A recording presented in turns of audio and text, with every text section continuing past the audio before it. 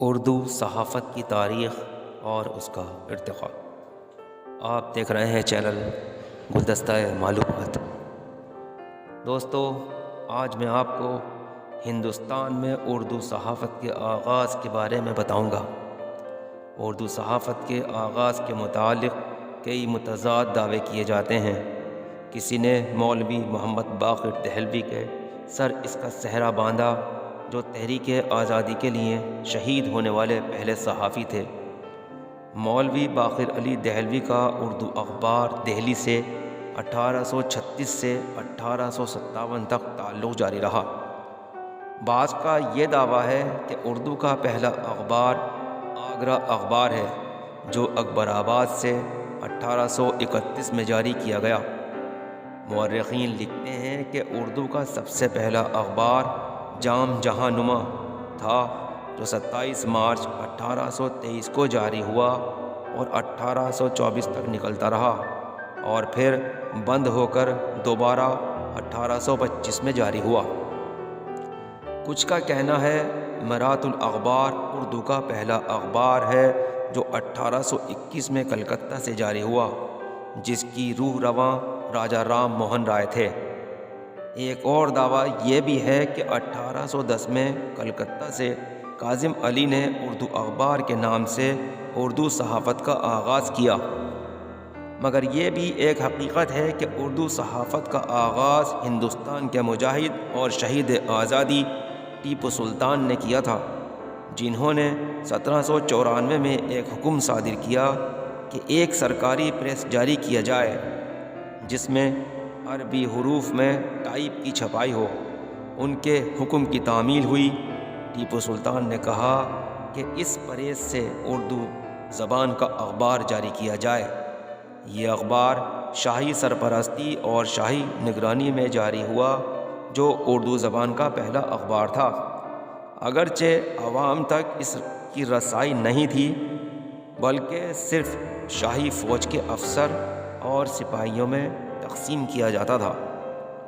یہ وہ دور تھا جب سرکاری زبان فارسی تھی اور اردو ابتدائی حالت میں تھی، مگر ٹیپو سلطان کی دور اندیش نظروں نے یہ بھانپ لیا کہ آنے والا دور اردو کا ہوگا۔ اس فوجی اخبار میں جو ہفتہ وار شائع ہوتا تھا، اس میں فوج کی نقل و حرکت، افسروں کے تعین اور تبادلے کی اطلاعات درج ہوتی تھیں۔ فوج کے متعلق احکامات بھی شائع کیے جاتے تھے۔ یہ 5 سال تک پابندی کے ساتھ شائع ہوتا رہا۔ ٹیپو سلطان کی شہادت کے بعد انگریزوں نے فوجی اخبار کے تمام فائلوں کو ضبط کر لیا اور انہیں آگ لگا دی۔ جہاں تک عوامی اخبار کا تعلق ہے، جام جہاں نما کو اردو کے اولین اخبار کی سند دی جا سکتی ہے، جس کے ناشر ہری دت اور ایڈیٹر سد سکھ لال تھے۔ جہاں تک مولوی محمد باقر کے دلی اردو اخبار کا تعلق ہے، یہ بھی ہفت روزہ تھا، جس نے انگریزوں کے خلاف قلمی جہاد کیا، وہیں ہندو مسلم اتحاد کا محرک بھی بنا۔ یہ اخبار دلچسپ اور دل فریب تھا۔ اس میں شیخ ابراہیم ذوق، بہادر شاہ ظفر، مرزا غالب، حیدر شکوہ، مرزا محمد علی بخت وغیرہ کے کلام شائع ہوتے تھے۔ ذوق اور غالب کی نوک جھونک کی خبریں بھی اس میں شامل ہوتی تھیں، مگر اس کا اصل مقصد انگریزوں کی غلامی سے ہندوستان کو آزاد کروانا تھا۔ ان کے ہم اثروں میں ماسٹر رام چندر مدیر کا فوائد الناظرین، پربھو دیال ایڈیٹر کا فوائد الشائقین تھا۔ یہ اخبارات بھی مولوی باقر علی کی پریس میں ہی چھپتے تھے۔ 1857 کی بغاوت کے بعد اردو روزناموں کا دور شروع ہوا۔ اردو کا روزنامہ اخبار کلکتہ کا اردو گائیڈ تھا، جسے مولوی قدیر احمد خان نے 1858 میں شروع کیا تھا۔ اس کے بعد اردو کا دوسرا روزنامہ 1875 لاہور سے شروع ہوا، جس کا نام روزنامہ پنجاب تھا۔ اس دور میں پنجاب سے ایک اخبار رہبر ہند بھی شروع ہوا۔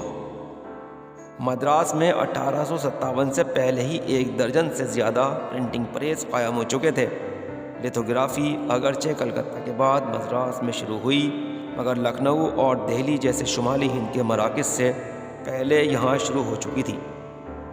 1857 کے بعد اردو صحافت میں اودھ اخبار لکھنؤ سے، سائنٹیفک گزٹ اور تہذیب الاخلاق علی گڑھ سے، اکمل الاخبار دہلی سے، شمس الاخبار مدراس سے، ان تمام اخبارات نے نمایاں کردار ادا کیا۔